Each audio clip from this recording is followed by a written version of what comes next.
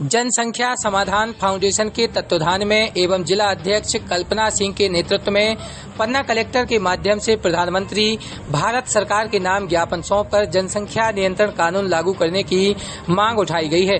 ज्ञापन के माध्यम से बताया गया है कि जनसंख्या नियंत्रण कानून बनाने में एक एक पल की देरी भारत और भारतीय संस्कृति के लिए पूर्व भांति विघटनकारी साबित हो सकती है।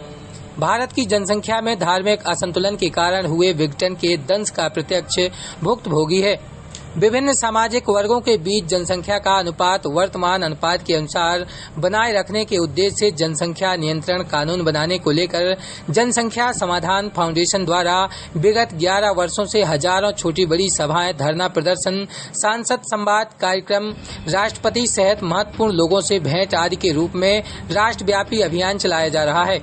इस अभियान को राष्ट्रीय स्वयंसेवक संघ के राष्ट्रीय कार्यकारिणी सदस्य एवं संगठन के मुख्य संरक्षक डॉक्टर इंद्रेश कुमार एवं केंद्रीय मंत्री गिरिराज सिंह सहित 125 सांसदों का समर्थन प्राप्त है। जनसंख्या नियंत्रण कानून बनाने हेतु समय रहते आवश्यक कदम न उठाए जाने की स्थिति में निकट भविष्य में विधायक एवं सांसदों सहित महत्वपूर्ण जनप्रतिनिधियों के घेराव की योजना पर संगठन में विचार चल रहा है।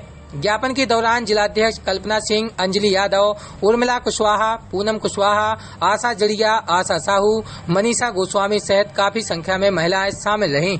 जनसंख्या समाधान फाउंडेशन की महिला विंग कलेक्ट्रेट में उपस्थित होकर के माननीय कलेक्टर महोदय को मुख्यमंत्री जी के नाम से एक ज्ञापन सौंपा गया है कि जो बढ़ती हुई जनसंख्या है भारत देश की, ये हमारे लिए बहुत ही ज़्यादा समस्याएं उत्पन्न कर रही है, चाहे वो बच्चों की पढ़ाई लिखाई को लेकर हो, चाहे वह महिलाओं के शोषण को लेकर के हो या फिर बढ़ती हुई प्रकृति के दोहन को लेकर हो।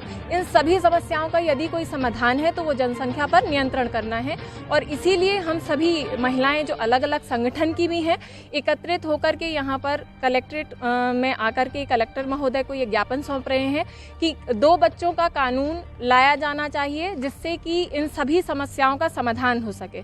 और जो 2 बच्चों से अधिक बच्चे करते हैं, यदि इस तरह से वे किसी भी सरकारी लाभ को ले रहे हैं तो वे उनसे वंचित किए जाएं ताकि जनसंख्या पर नियंत्रण किया जा सके और हमारे भारत देश को प्रगति के पथ पर आगे बढ़ाया जा सके।